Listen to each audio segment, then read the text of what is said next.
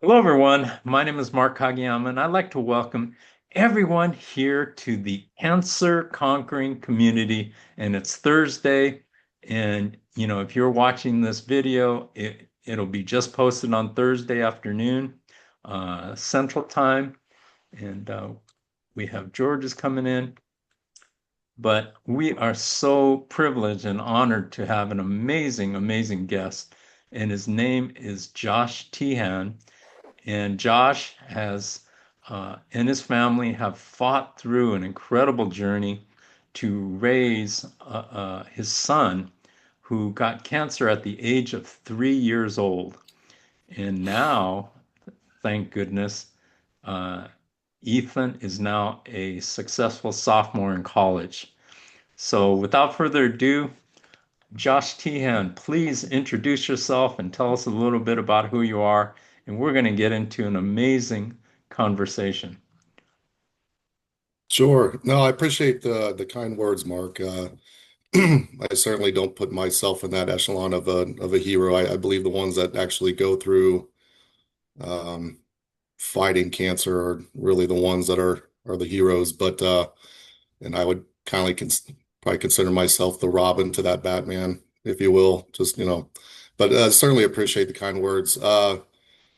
As Mark mentioned, and I'll probably should get a small correction. He actually was diagnosed when he was 4 years old. He had just switched over to four. Um, yeah. So a little bit of background about myself. Obviously, the father to a young child that was diagnosed with leukemia. He had ALL, I believe that he was diagnosed with.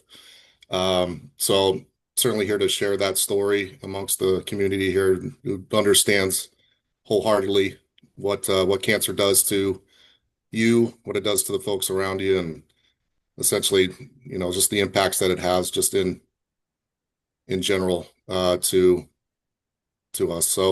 Uh, so it really started sort of creeping up on us when he was, somewhat into his year three of his life. But he was the normal 3-year-old boy, rambunctious, full life, getting dirty, doing all the right things as a 3-year-old would.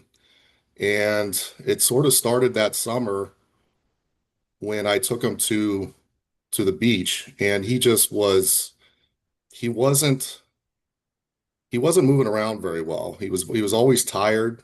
Didn't really want to get into, you know, actually going to the beach, actually enjoying, running around and being a 3-year-old. He just really wanted to lay down and kind of not really do anything. So it started there. Didn't really think anything of it. He had a small temperature at the time. And then over the course of the next few weeks, as we went back home, um, he would run into that sort of same issue again. And his mom and I would talk about it and say, well, maybe, we'll just take him to his primary physician and sort of talk it with them and see what the deal is. So of course they, normally just said, hey, it's just the run of the mill, cold that he's probably run into, probably has allergies as well. So you might want to get that checked. So we thought nothing of it. A few weeks would go by, he was being normal. And then he was with me one night, and we used to do this thing when he was little. We used to act like he was always into that WWE wrestling. So we would wrestle around all the time. He loved it, and we were in the middle of that sort of rough housing, and he just stopped dead in his tracks, curled up on the couch, and just in agony. And he kept telling me, "Dad, my butt hurts. I'm hurting." That's, I mean, obviously you can't really convey the pain, but he just was curled up. And I checked his temperature, and his temperature was rather high. So kind of monitored that throughout the evening. And then the next morning, it was the same stuff again. So I called his mom. I said, I think something's wrong. There's more to this. So we took him to a nearby hospital at the time, and they said, okay, we're going to do some blood work to see what's going on. So it kind of started from there. So they did the blood work on him. The doctor came in, started writing numbers down on the whiteboard. outlining like his red blood cell count, white blood cell count, and they drew a big circle around the white blood cell count. He says, "This is a massive issue. I'm not going to state what this is. So we're going to have an ambulance take you guys immediately right now down to Children's Inova Hospital." So, of course, we don't understand what's going on. It hasn't been very clear. So we rush down there and then they continue to run extensive tests, scans, more blood work over the following 3 days. And here we are in like beginning of October of 2010, I believe. And then as we're all sitting in the in his room, the main doctor, and his nurse come in, and at the time that was in his room was myself, his mom, um, his grandmother, and they pulled us into another room, and I won't forget this room because there was nothing in this room. It was literally just white walls, a sofa, a desk, and two chairs. And it was almost like it was dead. So it was kind of fitting. It was kind of a fitting atmosphere considering the news that he broke it to, right? So he had us sit down. He said, "Look, your son has cancer." I mean, I got to pause there because the air was dead. Obviously the immediate reaction of his mom and his grandmother were, start crying, rightfully so. But for me personally, I just remember sitting there just completely numb. Like I didn't have an immediate reaction. The only thoughts that came into my head was, oh my God, I don't think I'll ever be able to play catch with him. I won't be able to do certain things as his dad with him. He won't be able to see certain things. I mean, my mind just went nuts. Like he's not going to be able to dance with his mom at his own wedding. Like I just immediate thoughts. And then I shifted into so my job role today is in operations. So in operations, my job is to try to fix stuff, try to find out the process, try to understand it, try to, let's fix this. So immediately I went into that mode and doctor said, "Hey, sign off on this paperwork." Like immediately hand us paperwork, said, "We got to get started now." So that you don't have any time to think about it. You don't have any time to wallow. You gotta go. So we started to fill out the paperwork, and part of that paperwork was like a 2-year plan. Okay. So we understood that trying to digest things as quickly as possible was impossible at the time. And then we do all that. And then we're sitting there trying to figure out, well, how do we go in there and how do you tell a 4-year-old? How do you tell him? Like, what do you say to him? He's not going to understand it. So we talked it over and we decided that our best approach was we're going to go in there. I'm going to say, "Son, we're going to be here for a little bit. They're going to try to get you better. You're definitely sick, and we're just going to be here for a little bit, but doctors are going to, make you better." Now, saying that was tough because you don't know what's coming down the pike. I mean, as much as we're told and as much as we saw the agenda, as much as we read all that stuff, it does not prepare you, for those, especially for those that are on this call that have gone through that stuff. Nothing prepares you of what to expect, right? So there's the anguish of that first month. I'll never forget that first month because it was so much a shock and awe. Every day was just hammering in this nasty chemotherapy medicine that would eventually knock him to his knees. He'd have nights of throwing up, nights of, you see hair starting to fall out. I mean, all of that process, as you guys understand, it just, when you see that out of your own child and there ain't a damn thing you can do about it, when your job as a parent is to try to make sure that you protect them at all costs, nah, it's just, it's gut wrenching. So, we it's just a flood of stuff. It's a flood of emotions. It's the unexpected, like you don't know what's going to happen next.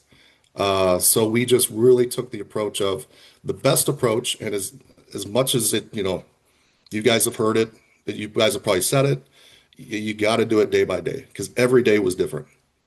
Every day. There was a day that was hard as hell, and then there was a day that was little easier. He had a little bit more pep in his step.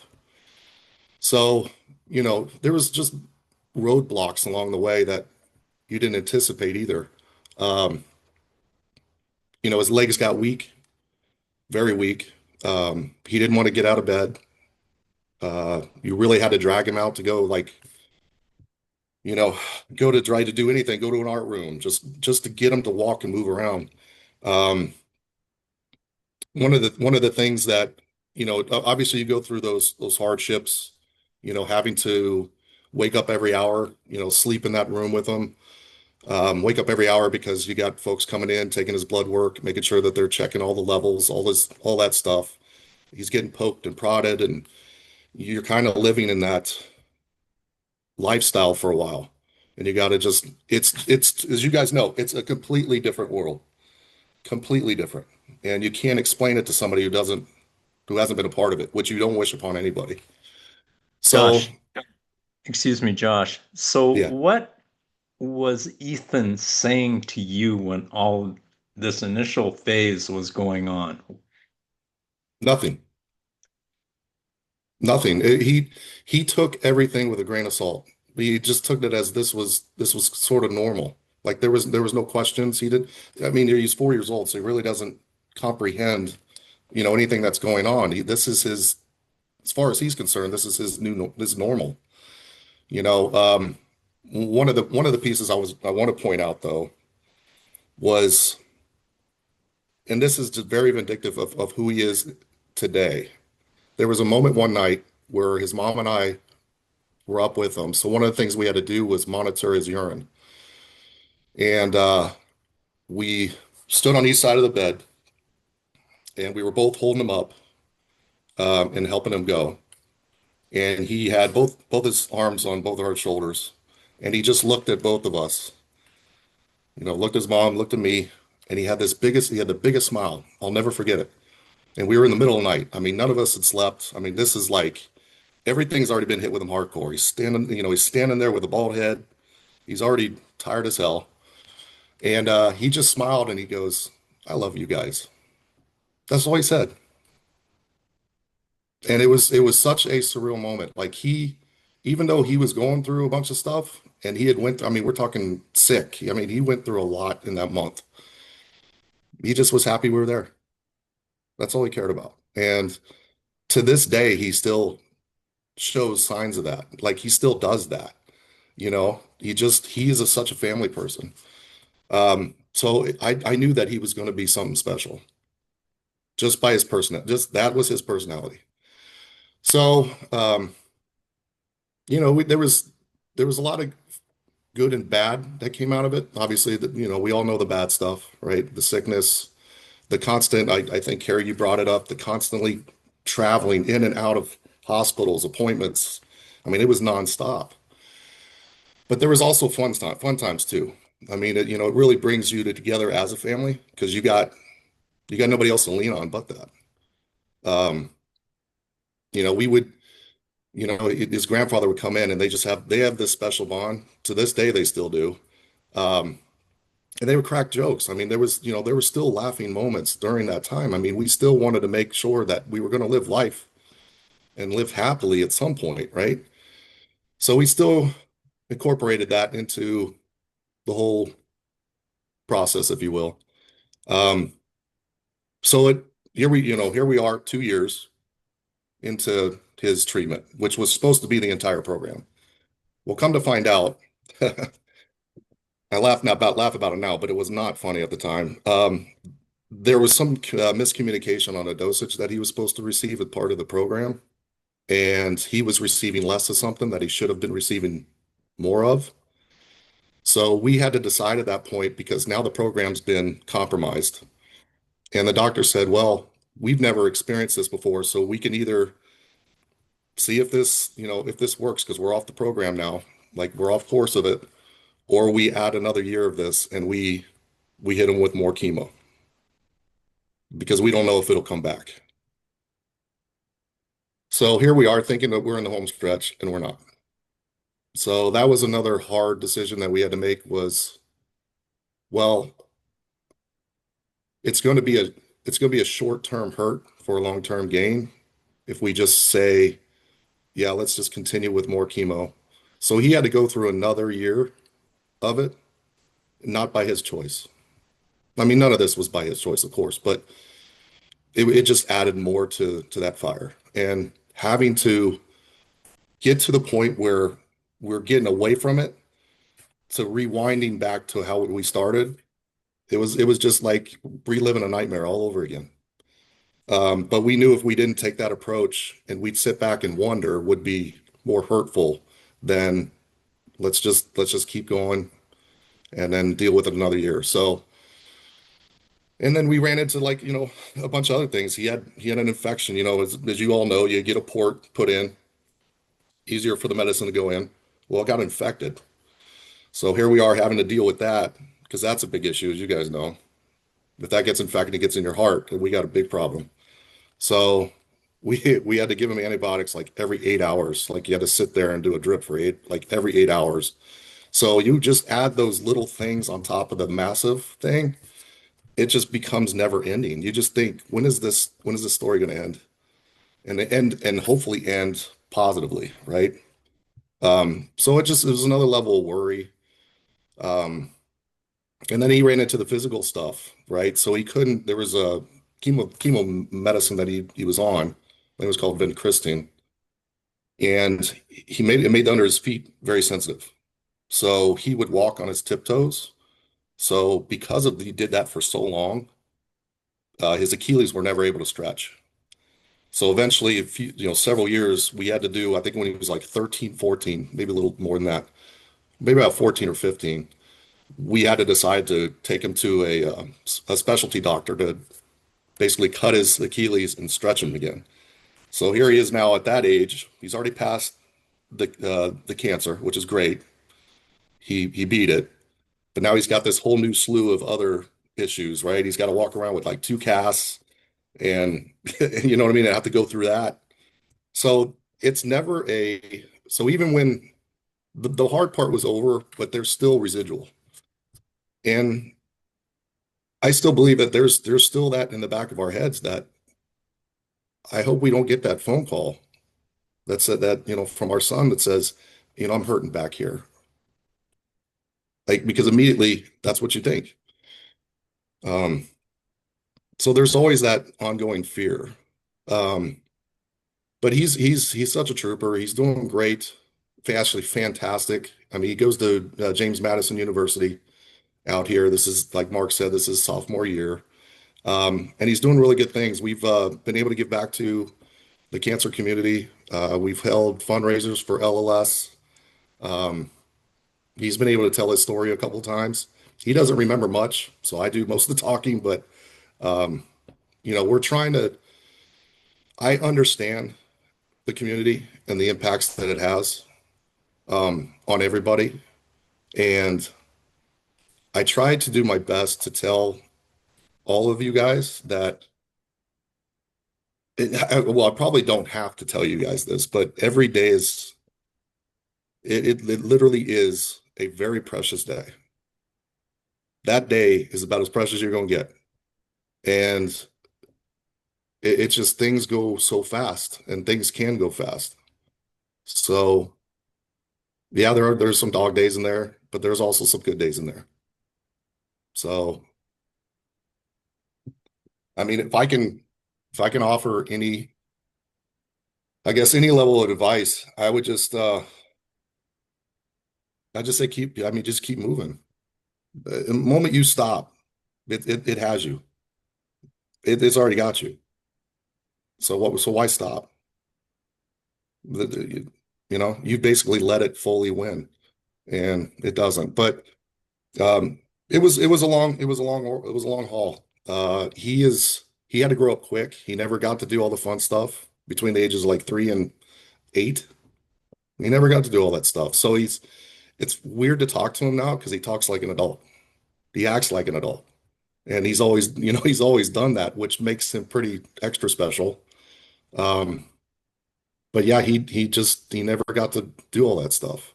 And that's what I feel bad for him. I mean, I try to involve him into sports, but when your legs are shot, it's really not what you can do. Um, yeah, there was many tough days. So I mean, if you guys have questions of anything, just feel free to ask me because I'm sure I missed some items in this long journey. I've been kind of far removed from it, thank goodness. But um, I will say it was long, but there was some pockets of really good positive stuff during that time too. So I don't lose sight of that either. What would be some of the positive things that you took out of it? Uh, Number one, I believe because my wife and I had separated when my son was 1. So that really forced us to be as close as together again as we were when we first started dating. So it really brought us together as a team, and our communication was fantastic. We never wavered. We were always on the same page. Um, and you really got to be a lot more tighter with family members, which are your support team. They're the ones that help make you go through. So, there was a lot of laughing. I do have a funny story. So, biggest thing was like my grandfather or his grandfather and I were big on, all right, let's take schoolwork back with you so keep all those skills on point. So he was on steroid medicine, and that kid could eat on steroid medicine.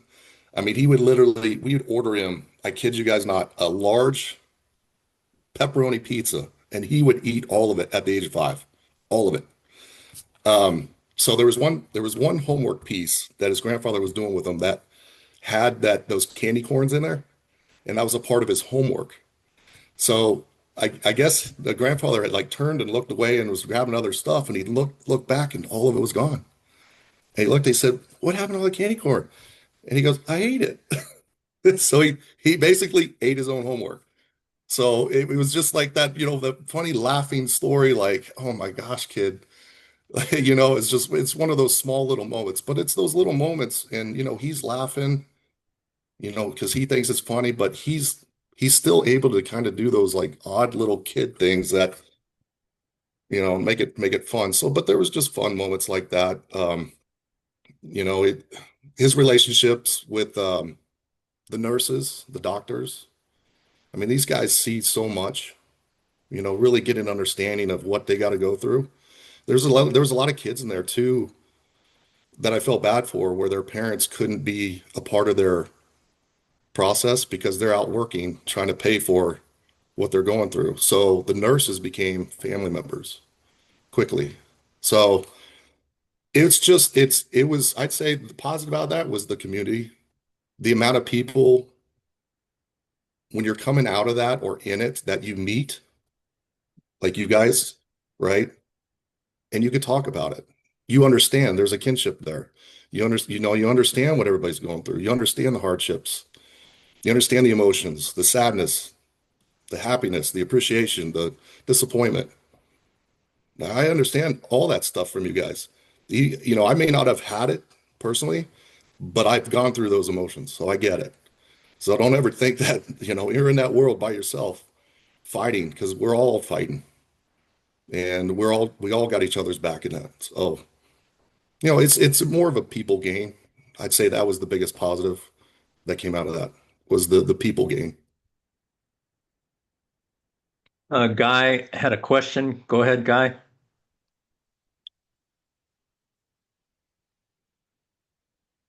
You're muted. Guy, you're muted.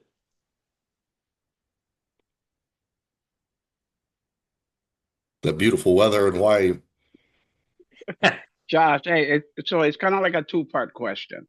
Sure. Okay, so the first question is yes. I mean, obviously, as the caregiver, you're invested just as much as the cancer patient itself. So I admire your strength and everything. But I mean, okay, you're here with us. Okay, tell us how you really felt when you was finding out all that stuff. Like, was you walking around going, "Fuck," like, what was that about? That emotion wave that you was going through. And the second part of that question is, who helped you to deal with that that swing of emotions that we go through every time. So it's an emotional effect that was happening to you, especially being a father. But how did that, help you get through it and being such a champion of a caregiver that you are for your son? Yeah, I think one of the things, so the first answer question, oh, many times I'd walk outside and the man upstairs and I'd have a long talk. And I told him exactly what I felt. I did, and rightfully so. And in my mind, I'm like, I have no problem talking to you, dude. Um, so yeah, I was it was waves, anger. I just had to find ways to channel it to where I didn't want to show any sort of waves of emotion but love and support in front of my son. So I didn't want him to see anything outside of that. Um, Grown ass man, but yeah, I cried. Why not? That's my son. That's my life right there. So there was many times I would just kind of go off and get that out of my system and then get right back on that train again. So yeah, many waves. I just discovered ways to channel it. You're angry, go lift something heavy. Go channel it somewhere else. I also had a good support group too. There's a lot of close friends of mine that I still have today that were a huge help. Kind of pull me away. Hey, let's go grab a drink and just chill and just relax and kind of take your mind off. Let's you got anything you want to talk about? What can we do for you? So I found a very tight-knit group that had helped me out. Um, I also at the time worked with some extraordinary people that had surprised me one year and just kind of like threw not a party, but a sort of like a care package get together, if you will, right? So I had the work community behind me too. So being able to go into the office and not have to worry about maybe taking time off or having to leave or having to worry about a certain amount of workload. I had people supporting me and helping me in that endeavor. So that was a massive help. I mean, it's just the amount of people. We all know that when hardship happens, which is crazy, and you really start to see how genuine people are. Like who is your team? Who are your teammates? Who are the ones that truly care? When they come out of that woodwork and they're right there, fighting with you or allow a sounding board, man, I discovered a lot more great people during that time. So they were a massive help. Massive help. So I did have some support. Plus, they also offer, I mean, obviously the cancer ward does offer resources. So it's not like they don't have stuff available if you don't have, like I was fortunate enough to have that outlet, but others aren't. So they do have resources for those folks. So there's stuff that's out there, but I was blessed with a lot of good people. One of the things that I've talked to several other parents, and I've also talked to childhood cancer patients, and one of the things that I see over and over again is a something called late effects. Has Josh had any late effects? And that has to do with cognitive situations and everything in cancer patients because uh, most childhood cancer patients they administer the same treatments as they do to adults, and in some cases, they even give the same dosage.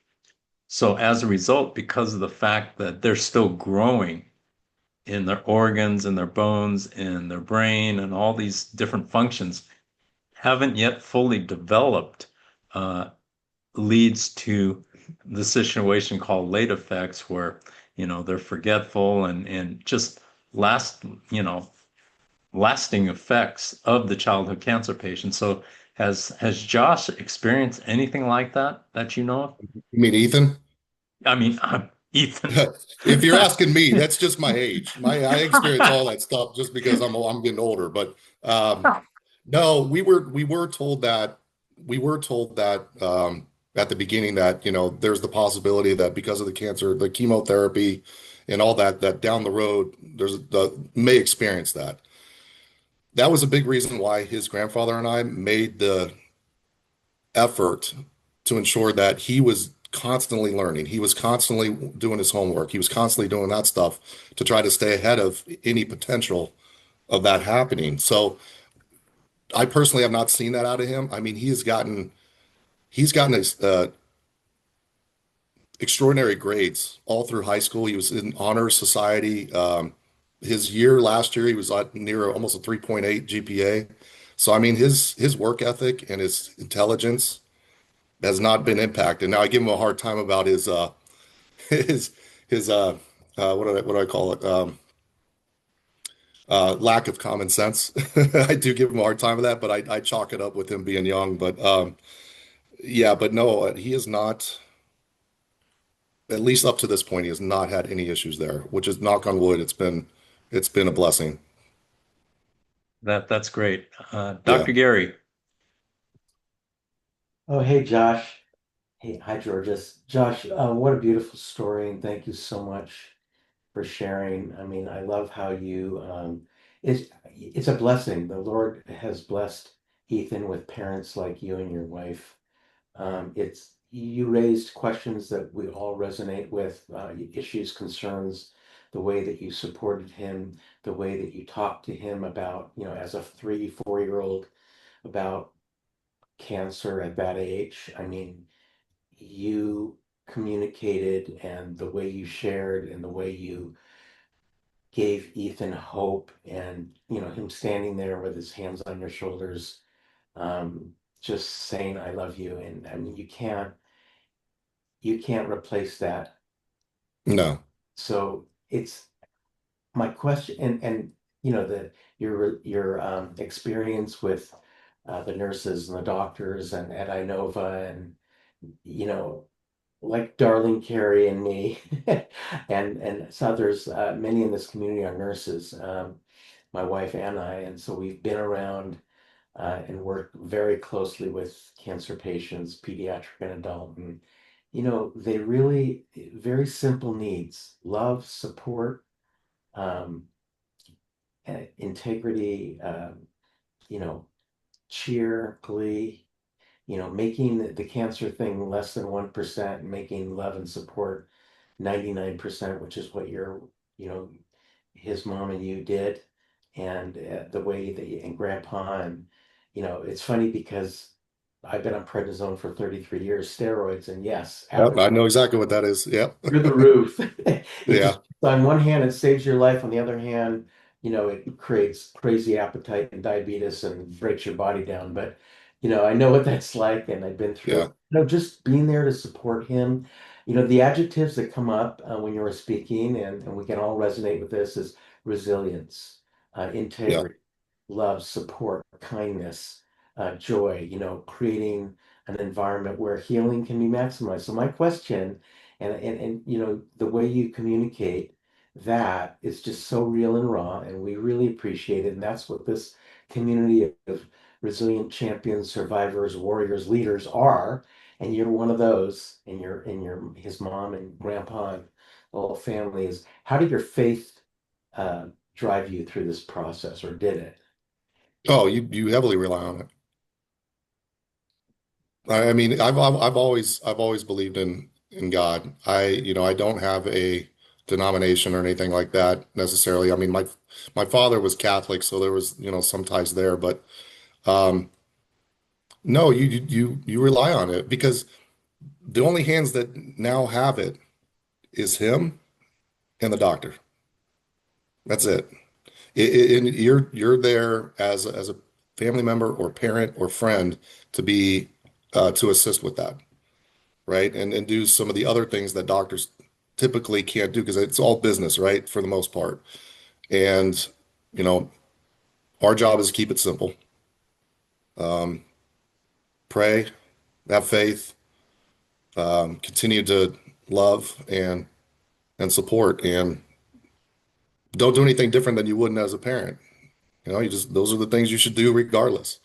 So we just kept it simple with them, and but as far as the faith, I mean, yeah, it's on him, and you hope that he can at least help keep, some of the days not longer than others. And you really just lean on that. You got to lean on it.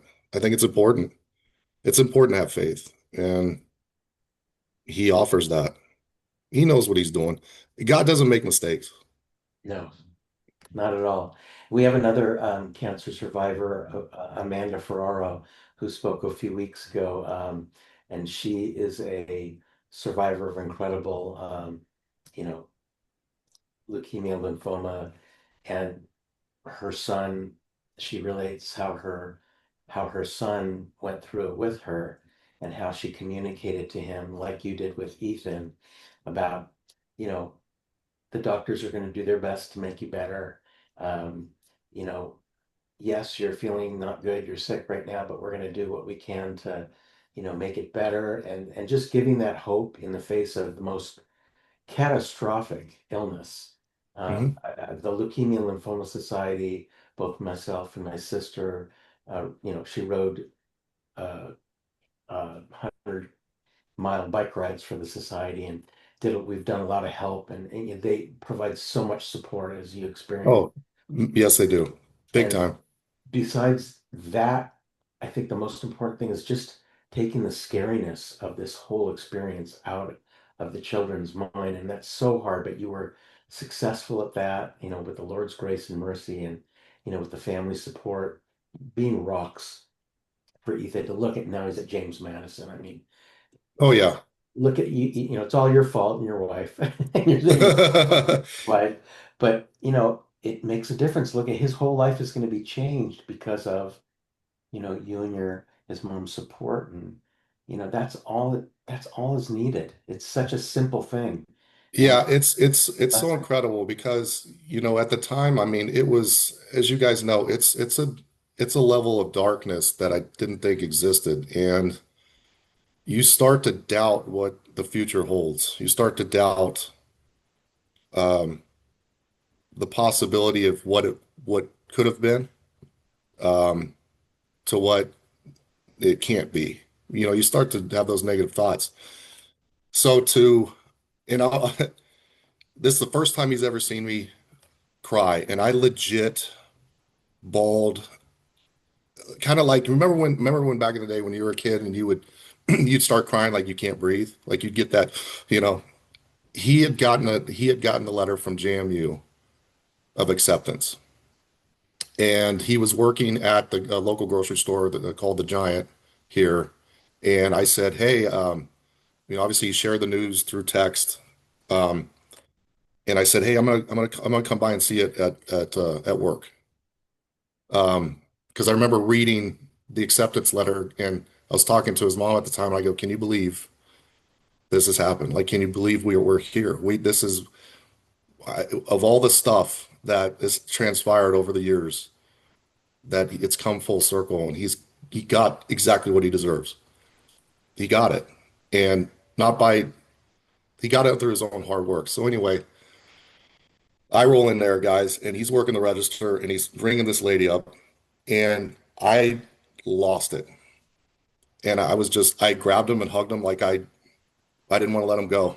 And I just told him countless times, I'm so proud of you. I'm so happy. I'm so proud of you. I said, these are happy tears. I'm not sad. I'm crying because I'm happy. And I remember looking back in the days when I cried because I wasn't happy. And and I said, forgive me. I said, my son just got accepted to JMU and I'm proud of him. So it's cool to look back and think. I remember being at his bedside when he was asleep, crying on his bed. He didn't know I was crying, but I was crying. And to go into there that you didn't foresee this happening and cry like excitement and joy. Man, it's an awesome feeling. It's almost like when you train for something very hard and you finally get to that point to do it and you succeed at it. I mean, there's that lift, that like, oh my God, all that work I put in here. This is why I'm here. This is why we're here. So it was such a good feeling. And I'll never forget that. I'll never forget that. How do you communicate with his peer groups, Josh, as he was going through all this with Hope, or how did he communicate his tragic therapy with his peer groups So are you talking about at the time or now? at the time? Because I'm sure now it's very heroic, but Yeah, at the time it was interesting because we had to communicate with his school that he was going to at the time, and we worked with them and they were fantastic. So we worked with them a game plan when he finally got to the point where he was going to go back to school. And they decided to have education classes for the kids to let them know what cancer is, what they look like as cancer, as someone with cancer. So there was the level of expectation. Hey, Ethan's coming back. Obviously, they're all excited. He had a bunch of friends there.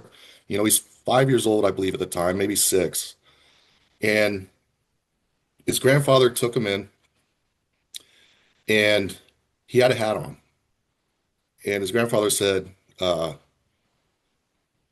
you want to wear your hat in?" And he took it off. And he said, "No." And he walked in. He had the one or two. It was so cool because children at that age, they don't care. They don't care. They care about who you are.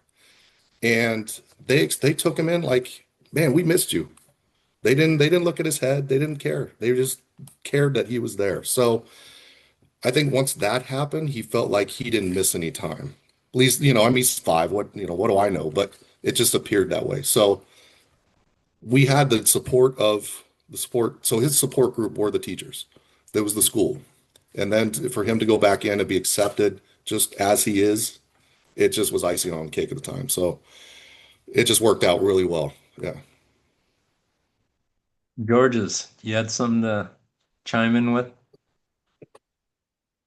You're on mute.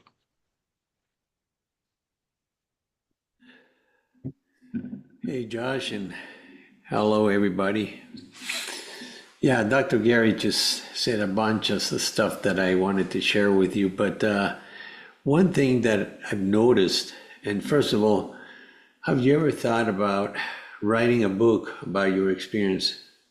The reason I ask you that is because you have a blessing, a living blessing in you, and you could help millions of people around the world, not just here in the United States. It's a wonderful, wonderful story. And I wanted to share, as a father of 5, when I was sick, they all were, the youngest was 7 and the oldest was 13, 5 of them. And it was the reverse osmosis, let's say, but their childhood support towards me, you see, the youngsters don't have fear. I worked with the American Cancer Society in a program, at that time was titled The Road to Recovery. And I was still sick with my disease. I was going through remissions and recurrences and stuff like that.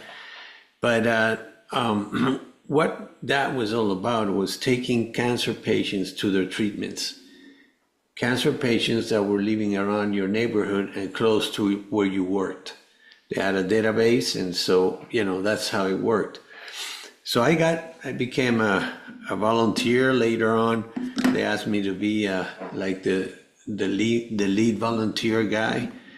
And I had the privilege of meeting young Andres from Ecuador and his parents. He had leukemia as well. And but his attitude, he was maybe 9, 8 years old, and he was like no fear, no scares, just like, I'm going through this process. Mom and dad, it was a different story, but what I wanted to say is that I work with people with cancer. I'm a cancer coach and holistic health and stuff like that, but I realized, doing research not long ago, well, about 3 years ago, that youngsters have a much more, let's say, a better statistic of surviving than adults. And it's the fear factor that is not there. They're just like you say, does he have siblings or? No, he's the one and only. Yeah. All right. I'm sure he's an angel, a beautiful person, because you go through this stuff and you not knowing you have got the divine in you. And he doesn't know. We all have Yeah. it, but he doesn't know at that time. God is you, and if you were Catholic, Mary is your wife. And but I command you, and I would really dare you to think about what I'm saying. You went through a situation that could help a lot of people, my friend. And thank you for sharing your experience. You made me, I'm a crier. I'm half Greek and half Spanish, No, but all that, man. I have kids, and then now I have 4 grandkids. So, thank you for sharing, man. Yeah, Appreciate it. no, I appreciate every word. It's funny you